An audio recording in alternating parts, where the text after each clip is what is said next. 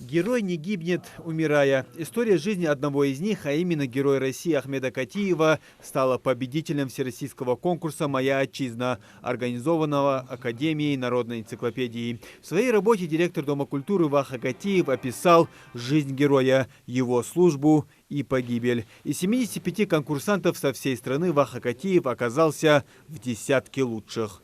У нас вот школа рядом.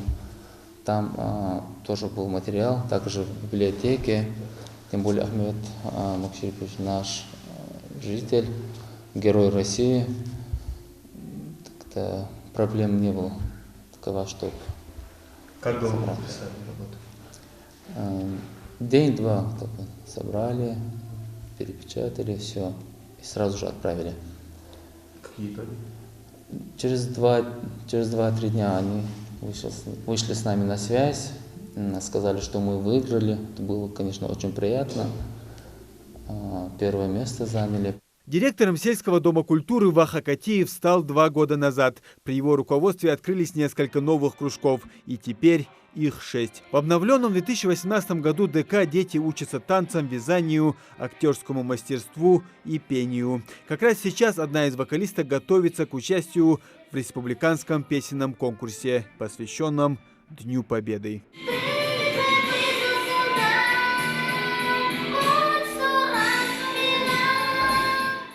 Преподаватель ингушского языка и литературы в школе, учитель по вокалу в Доме культуры. Зинаида Барухоева около 40 лет своей жизни посвятила детям. Сегодня женщина учит их попадать в ноты и развивать дыхание. Вначале было немножко мне трудновато, не всех соглашаются петь почему-то. Но потом мы что сделали? Я отбирала в классе, в школе, вернее, отбирала детей, которые имеют какой-то интерес к музыке, с голосами. И вот детям интересно. Мы занимаемся неделю 2 раза, в четверг и в субботу. Дети приходят. Вы видите, сегодня здесь много детей. Даже ждут меня внизу. У нас еще там хоровое такое пение бывает. Тоже мы готовим детей к хору. И вот занимаемся с удовольствием. Пока в одной части Дома культуры оттачивают вокальные данные сольного и группового исполнения, в другой же мастерицы учатся национальному ингушскому ремеслу – ковроделию. Райшат Ахильгова одной из первых в республике начала возрождать этот вид искусства, иначе его и не назвать.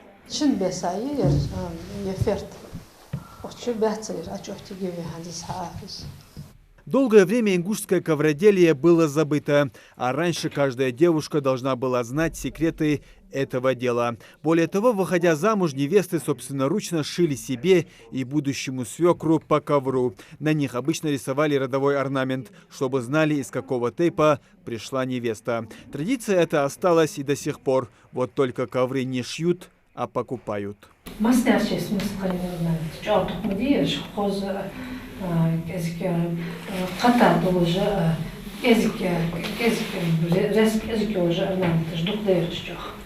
Секреты ковроделия Райшат Ахильгова передает юным мастерицам и нарков. А ведь еще 10 лет назад, когда она только начинала заниматься этим ремеслом, практически не было никаких данных о процессе производства. Женщина сама лично посещала пожилых людей, которые в детстве видели, как шьются ковры.